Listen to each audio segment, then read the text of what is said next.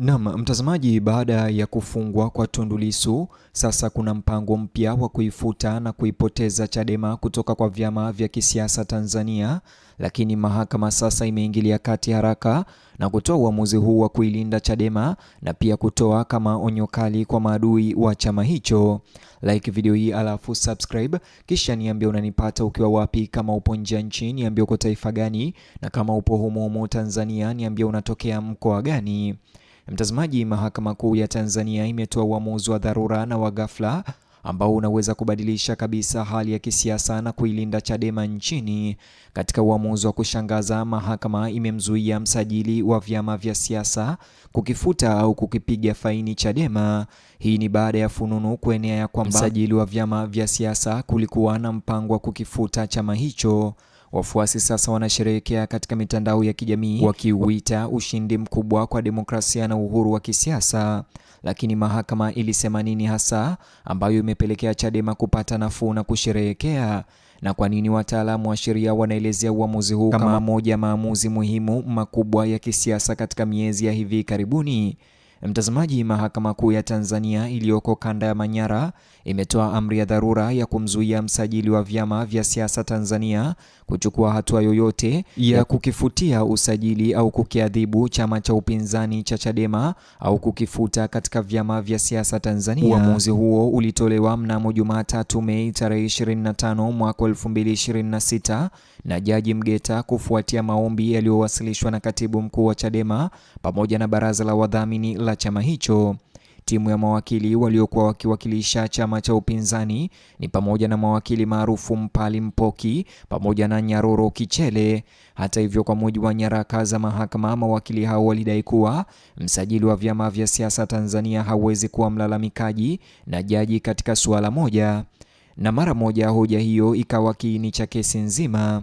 Je, mtazamaji, ofisi moja inaweza kushutumu chama cha siasa na pia kuamua adhabu yake peke yake? Timu ya wanasheria ya Chadema iliambia mahakama kuwa kumruhusu msajili wa vyama Tanzania kutekeleza majukumu yote mawili ni kukiuka misingi ya haki na usawa mbele ya sheria, na hii ikapelekea kuzuiliwa kwa chama hicho kufutwa. Walisisitiza kuwa mamlaka hayo yanaweza kutishia uwepo wa vyama vya siasa asipodhibitiwa. Baada ya kupitia maombi hayo, Mahakama Kuu Tanzania ilikubaliana na hoja hizo na kutoa zuio la dharura. Mahakama ilisema kuwa mamlaka ya msajili wa vyama Tanzania hairuhusu vitendo vinavyoweza kuathiri moja kwa moja uhai wa chama cha siasa bila kufuata taratibu za kisheria. Uamuzi huo mara moja uliibua shangwe, sherehe miongoni mwa wafuasi wa Chadema sehemu mbalimbali za Tanzania baada ya hatari ya kufutwa kwa chama hicho kuisha. Na ndani ya dakika chache baada ya uamuzi huo wa mahakama, mitandao ya kijamii ililipuka kwa hisia. Wafuasi wa Chadema walieleza uamuzi wa mahakama kuwa ni ushindi mkubwa kwa demokrasia na uhuru wa mahakama.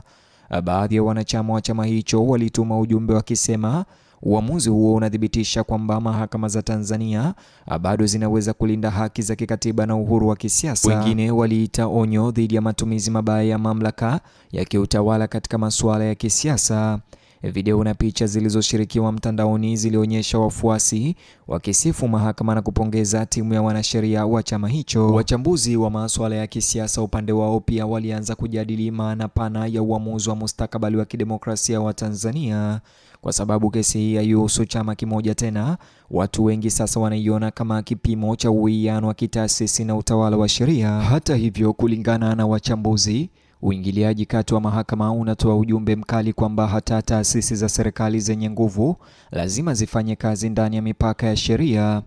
Baadhi ya waangalizi walihoji kuwa uamuzi huo unaimarisha imani kwa idara ya mahakama wakati ambapo mivutano ya kisiasa bado iko juu. Wengine walisema uamuzi huo unaweza kuchagiza jinsi mizozo ya kisiasa itakavyoshughulikiwa katika siku zijazo, haswa kuhusisha vyama vya upinzani. Hukumu hiyo pia imefufua mijadala kuhusu uhuru wa taasisi za kidemokrasia nchini Tanzania. Kwa wananchi wengi, suala la msingi ni iwapo ushindani wa kisiasa unaweza kutokea kwa haki chini ya sheria. Lakini mtazamaji, sio kila mtu anajibu kwa njia ile ile siku ya leo mtandaoni. Baadhi ya wadau wa siasa wanasema uamuzi huo haupaswi kutafsiriwa kuwa ni ushindi wa mwisho kwa Chadema. bali ni ulinzi wa muda tu wa kisheria, huku masuala mapana yakiendelea kuchunguzwa. Na hii haimaanishi kwamba uwezekano wa kufutwa kwa chama hicho umeisha. Huenda bado maadui wa Chadema wakazidi kupigania chama hicho kuweza kuwekewa vikwazo au hata kufutiliwa mbali. Wengine wanaamini kuwa uamuzi huo unaleta fursa ya mazungumzo ya utulivu kati ya taasisi za kisiasa badala ya kuzidisha makabiliano. Wataalamu wa sheria nchini Tanzania pia wamesisitiza kuwa amri za dharura za mahakama zimeundwa ili tu kuzuia hatua zisizoweza kutenduliwa kabla ya kusikilizwa kikamilifu. Maana yake, mjadala mpana wa kisheria na kisiasa unaoizunguka Chadema bado unaweza kuendelea mahakamani. Hata hivyo, kwa sasa msajili wa vyama vya siasa nchini Tanzania amezuiliwa ama amepigwa block rasmi kuchukua hatua za haraka za adhabu dhidi ya chama hicho kinachoongozwa na Tundu Antipas Lissu. Na kisiasa, hiyo inabadilisha kila kitu kwa sasa. Mtazamaji, uamuzi huo unakuja kama kipindi cha mjadala mkali wa kisiasa nchini Tanzania unaohusisha haki za upinzani, mikusanyiko ya kisiasa na uhuru wa kidemokrasia. Katika miezi ya hivi karibuni, mtazamaji, mizozo kadhaa ya kisiasa imechochea mijadala ya kitaifa nchini kuhusu jukumu la vyama vya upinzani na mamlaka ya taasisi za serikali. Hii yote kwa sababu ya hali hiyo, amri hii ya hivi punde ya mahakama inaonwa kuwa zaidi ya uamuzi wa kawaida wa kisheria. Pia inaonekana kama zuio ambalo limetetea upande wa Chadema. Baadhi ya wachambuzi wanasema inawakilisha wakati muhimu kwa mfumo wa katiba ya Tanzania. Wengine wanaamini kuwa huenda ikapunguza mvutano wa kisiasa nchini kwa muda kwa kuhakikishia wafuasi wa upinzani Chadema kwamba ulinzi wa kisheria bado upo. Wakati huo huo, umakini sasa unahamia kwa swali moja kuu. Je, nini kitafuata baadaye?